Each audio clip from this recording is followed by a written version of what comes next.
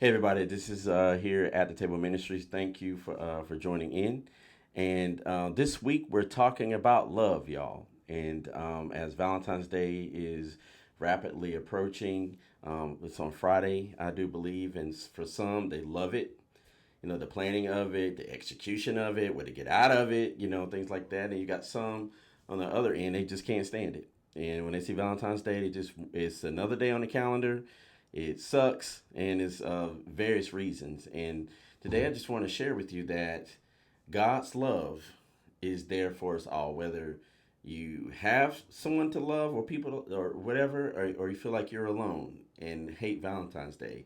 God's love, God's grace, God's mercy is there for us all. Because on this end, it can often feel on holidays and things like that, if you're alone or you're grieving and you really want to be with someone but you're not, we can connect that to God and say God doesn't love me, and that's just not true. That's not what the Bible teaches. And today I'm actually going to talk about a verses and that we read yesterday, comes from 1 Corinthians chapter 13 verses 4 through 7. I'm going to talk about that. But just really quick, when we think about love, and this being Love Week once again, do you know, y'all, there's four different types of love?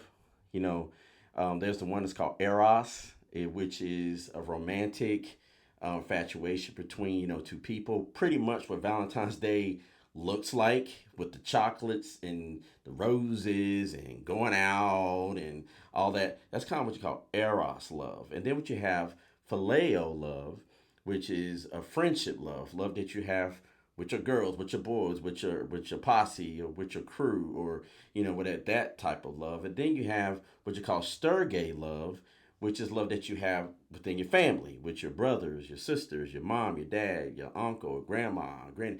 That's that. And then we have fourthly, it's called agape love, which is unconditional love, where you give and you don't expect anything in return. And also, agape love is connected to the divine. It's connected to God, about God's love. And so today I'm going to read a verse where it talks about love. It talks about agape love, and it's written from this guy named Paul in 1 Corinthians chapter 13, verses 4 through 7. And I'm reading from the Message version.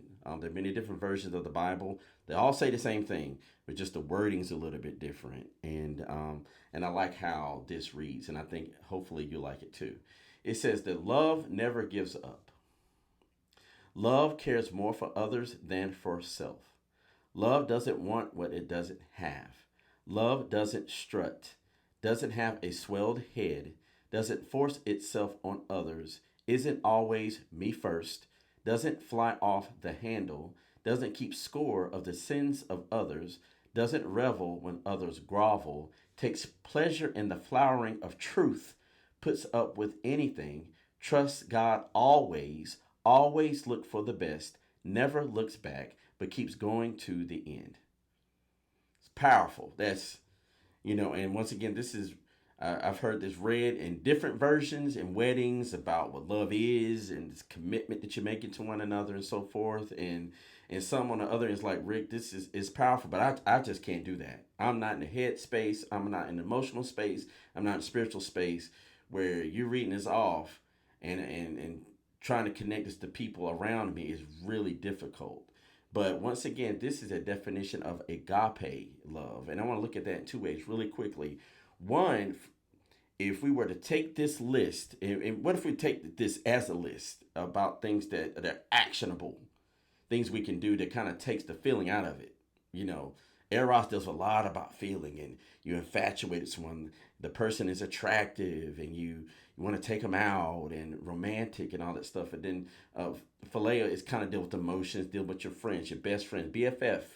Doing these types of things. Then you have the family love, the love between spouses, and the love between your brother and your sister, your grandma. There's kind of a feeling into it. But this here kind of takes the feeling out of it. It becomes actionable, things that we can do and apply it to our lives. And so one way of looking at it is, what if you look at this list and this is how God sees you?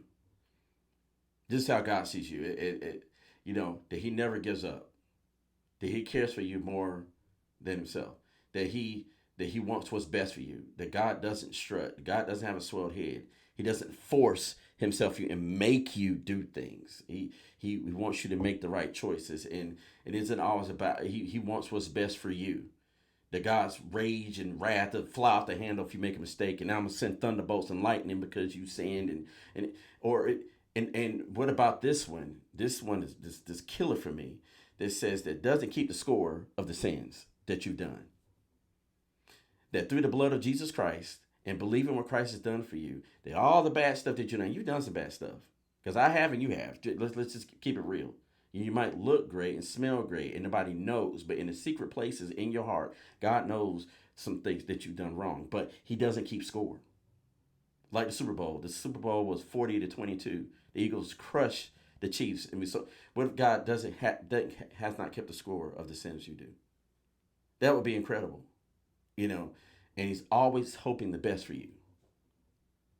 What if we take that list? That's how God sees you, and then on the other end about how we can apply that and use it to other relationships. When we talk about the eros and the phileo and the Sturge loves, if we were to take this list and begin to apply it to those relationships, that we, for instance, we don't have a swelled head. It's about others first. It's not always about me. We're not keeping the score of the wrongdoings of our brother or your child or your spouse. That you kind of eliminating it and says, I forgive. I'm not keeping the score of all the bad things that you do. Always hoping for the best of your loved one, hoping the best for your spouse, for your kids, for your coworkers, for your brother and sister, for your grandma. Always looking for the best for others. What this was a list that you were to apply.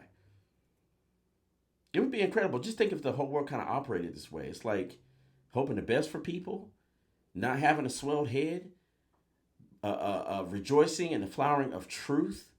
Those types of things. If that were the compass and the guidepost of how we treat one another, man, it'd be incredible. It would be interesting to see the world operate that way. And what Paul is saying is that since God sees us this way, He wants us to do the same for others as well. It's the whole thing to love God with your heart, soul, mind, and strength, and love others as yourself. It's still that same type of thing that Jesus preached about with this definition of what love is. So we would love to hear, put in the comment section, what thing in this verse that sticks out to you and that you can apply in relationships, and what also sticks out with you about how God sees you. You may not even feel this way, but you can go to this and read this every single day of your life and go back to it, go back to it, go back to it, go back to it. It's like, okay, this is how God sees me. And therefore, I'm going to use it to apply for others. So we'd love to hear about it, scenarios, and I challenge you, if you struggle with this, you keep reading and praying and reflecting and thinking and all that, and see what one of these sticks out that you can apply to your relationship. We would love to hear about it today, tomorrow, the next day, Valentine's Day, or whatever, about how agape love, how your agape love operating in you in ways you can tell us about how it's working for you in your relationships. To remember, to be love and be inspiration and to be encouragement for all those around you. And we will see you soon.